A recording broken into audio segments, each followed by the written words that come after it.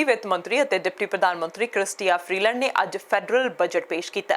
Pandemic ਦੇ ਦਸਤਕ ਦੇਣ ਵਿਚਾਲੇ ਕੈਨੇਡਾ ਵਿੱਚ 2 ਸਾਲ ਵਿੱਚ ਪਹਿਲੀ ਵਾਰ ਫੈਡਰਲ ਬਜਟ ਪੇਸ਼ ਕੀਤਾ ਗਿਆ। ਇਸ ਦੌਰਾਨ ਸਾਲ 2020 ਤੋਂ 2021 ਵਿੱਚ ਫੈਡਰਲ ਡੈਫਿਸਿਟ ਦੇ $354.2 ਬਿਲੀਅਨ ਰਹਿਣ ਦਾ ਅਨੁਮਾਨ ਦੱਸਿਆ ਗਿਆ। ਸਾਲ 2021 ਤੋਂ 2022 ਵਿੱਚ ਫੈਡਰਲ ਡੈਫਿਸਿਟ ਦੇ $154.2 ਬਿਲੀਅਨ ਰਹਿਣ ਦਾ ਅਨੁਮਾਨ ਪੇਸ਼ ਕੀਤਾ ਗਿਆ। ਅਗਲੇ 5 ਸਾਲਾਂ ਵਿੱਚ $30 ਬਿਲੀਅਨ ਦੇ ਨਿਵੇਸ਼ ਨਾਲ ਚਾਈਲਡ ਕੇਅਰ ਵਿੱਚ ਨਿਵੇਸ਼ ਕੀਤਾ ਜਾਵੇਗਾ। ਇਸ ਦੇ ਨਾਲ ਅਗਲੇ ਸਾਲ ਤੱਕ ਪ੍ਰੀ ਸਕੂਲਰ ਡੇ ਕੇਅਰ ਸਪੇਸਿਸ ਵਿੱਚ ਫੀਸ ਵਿੱਚ 50% ਤੱਕ ਕਟੌਤੀ ਦਾ ਅਨੁਮਾਨ ਹੈ ਅਤੇ ਇਸ ਦੇ ਨਾਲ 2026 ਤੱਕ $10 ਪ੍ਰਤੀ ਦਿਨ ਹੋਣ ਦਾ ਅੰਦਾਜ਼ਾ ਪੇਸ਼ ਕੀਤਾ ਗਿਆ। ਨਵੇਂ ਖਰਚਿਆਂ ਵਿੱਚ ਅਗਲੇ 3 ਸਾਲ ਦੇ ਦੌਰਾਨ $100 ਬਿਲੀਅਨ ਤੋਂ ਵਧੇਰੇ ਖਰਚਣ ਦਾ ਅਨੁਮਾਨ ਦੱਸਿਆ ਗਿਆ। ਕੈਨੇਡਾ ਐਮਰਜੈਂਸੀ ਵੇਜ ਸਬਸਿਡੀ ਅਤੇ ਰੈਂਟ ਸਬਸਿਡੀ ਨੂੰ 25 ਸਤੰਬਰ ਤੱਕ ਵਧਾ ਦਿੱਤਾ ਗਿਆ। ਵਧੇਰੇ ਵਰਕਰਸ ਦੀ ਹਾਇਰਿੰਗ ਹੋ ਸਕੇ, ਇਸ ਦੇ ਲਈ ਨਵਾਂ ਕੈਨੇਡਾ ਰਿਕਵਰੀ ਹਾਇਰਿੰਗ ਪ੍ਰੋਗਰਾਮ ਆਰੰਭਿਆ ਜਾਵੇਗਾ। ਐਮਪਲੋਇਮੈਂਟ ਇੰਸ਼ੋਰੈਂਸ ਸਿਕਨੈਸ ਬੈਨੀਫਿਟ ਨੂੰ 15 ਤੋਂ 26 ਹਫ਼ਤੇ ਤੱਕ ਵਧਾਇਆ ਜਾ ਰਿਹਾ ਹੈ।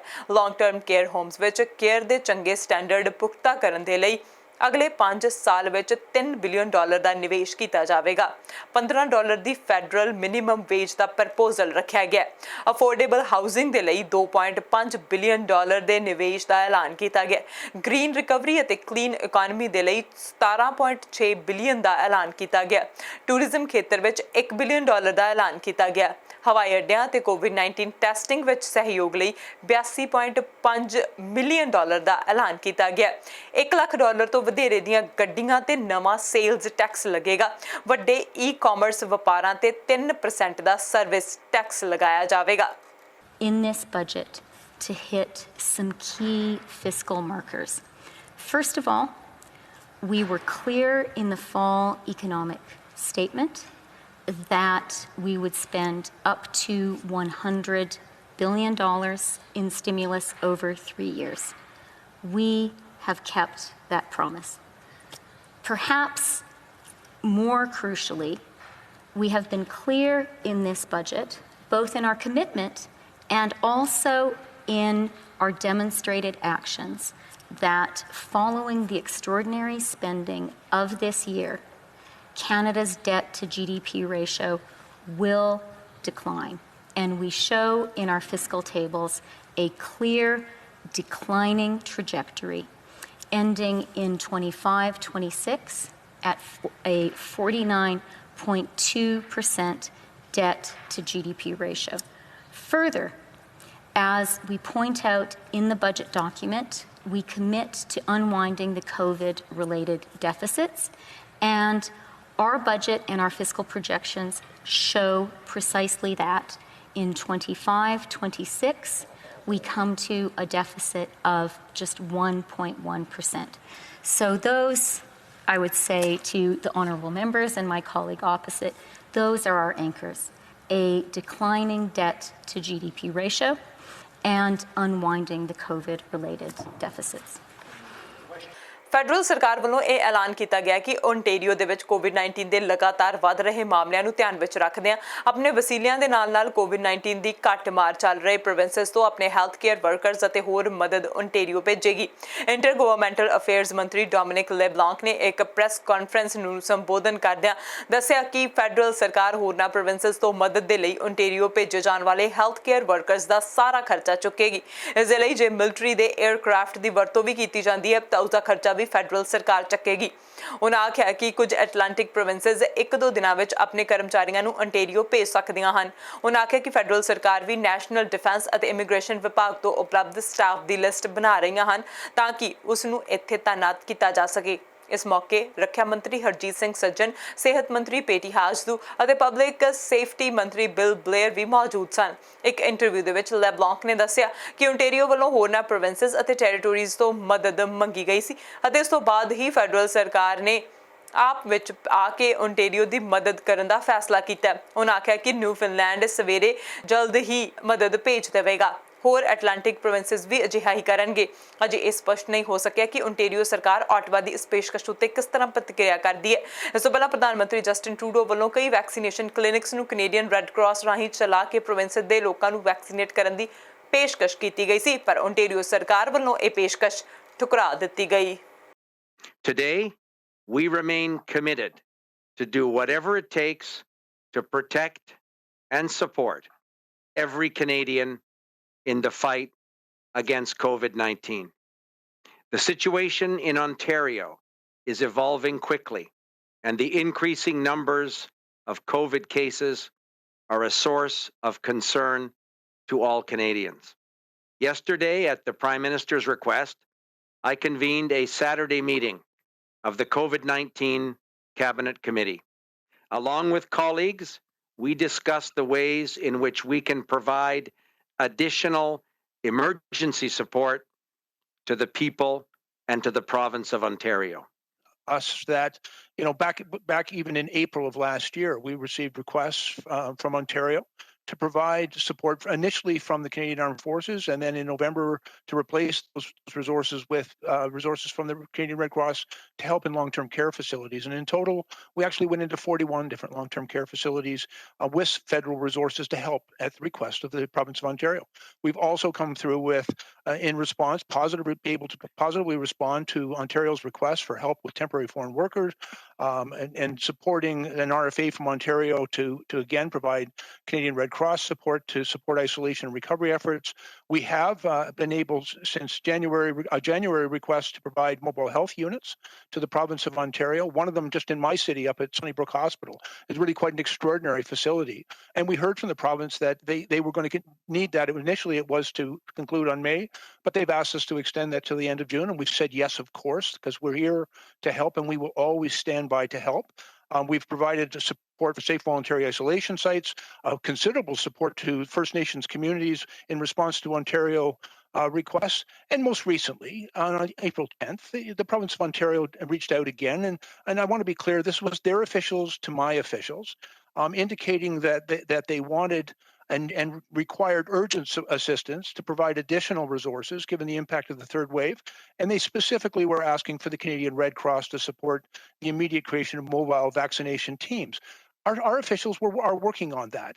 And any other logistic support that might be needed, but also medical support. And you've seen this earlier in the long-term care facilities. We have multi-purpose medical assistant teams comprised of 2 nurses and 10 medical technicians that we can deploy, and they can have it can be attached with additional logistic support that can provide a significant impact. They can be deployed quite quickly to any hotspots that they're needed.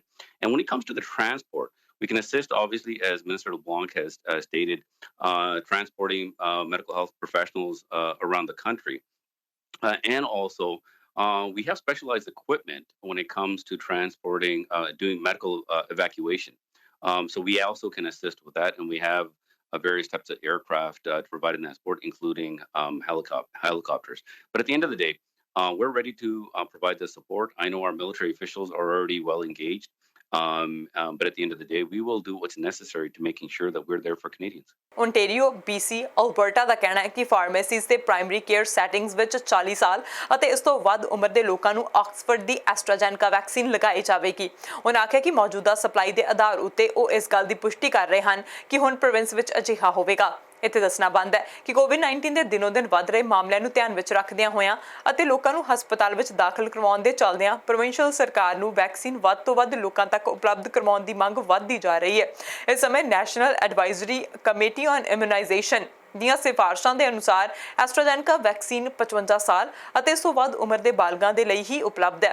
ਹੁਣ ਤੱਕ ਇਸ ਤਰ੍ਹਾਂ ਦੇ 2 ਮਾਮਲਿਆਂ ਦੇ ਬਾਵਜੂਦ health Canada ਦਾ ਕਹਿਣਾ ਹੈ ਕਿ ਐਸਟਰਾਜੈਨਕਾ ਦੇ ਖਤਰੇ ਨਾਲੋਂ ਇਸ ਦੇ ਫਾਇਦੇ ਜ਼ਿਆਦਾ ਹਨ। ਏਜੰਸੀ ਵੱਲੋਂ 18 ਸਾਲ ਅਤੇ ਇਸ ਤੋਂ ਵੱਧ ਉਮਰ ਦੇ ਲੋਕਾਂ ਦੇ ਲਈ ਇਸ ਦੀ ਵਰਤੋਂ ਦੀ ਮਨਜ਼ੂਰੀ ਦਿੱਤੀ ਗਈ ਹੈ।